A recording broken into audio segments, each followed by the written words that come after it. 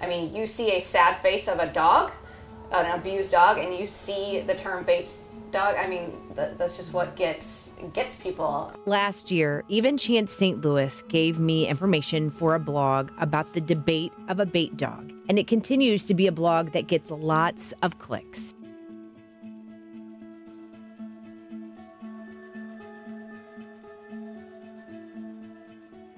I knew I needed to talk to Jessie, president of Even Chance St. Louis, about any updates regarding this hot topic. And she told me that I had to come meet Callie because she was an example of the so-called bait dog. Little girl over here caught my eye. She was like the next kennel over. She did not catch my eye by making eye contact because she was literally in the furthest back corner of her kennel, like this tiny little black blob, trying to make herself invisible. You could not see anything but like the back of her. She had her little face stuffed in the corner, and I was like, who is that? I went to meet her one day, and she did that. She hid in the back corner, and I got in there and I put a leash on her, and there was a side door to the kennels that was close enough, and so I got her outside, and she just flailed on the end of a leash once we got outside. She did not want to be there. Every person that walked by, every car that drove by, it spooked her, and she tried to run away.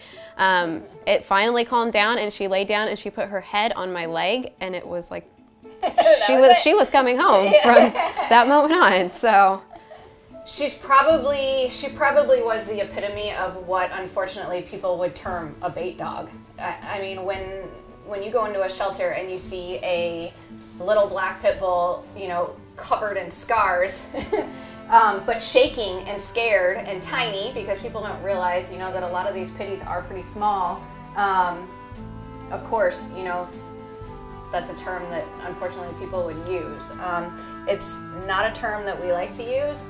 I mean, I want to celebrate these dogs as survivors, not as victims. I mean, it's just not the type of attention that I wish for our dogs. Yep. I mean, like, this is what I want. This is what I want to show. This is like unreal. This dog, she's a dog. She's hanging out with people.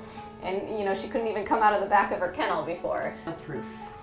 We have no proof of really anything in her background. And the likelihood of her being a bait dog is extremely zero. I mean, like, I am not going to be the one, you know, I only want to speak to things that I know for absolute positive, right?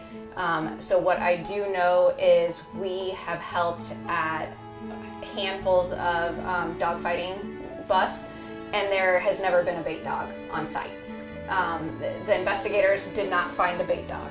I mean, it's just easy for people to say they're a bait dog because it goes back to feeling sorry for them. Yes, you saw the footage of her in the shelter. She was in a complete state of confusion. I mean, she had no idea where she was, what was going on. I mean, completely shut down. I mean, she was not a dog at that point.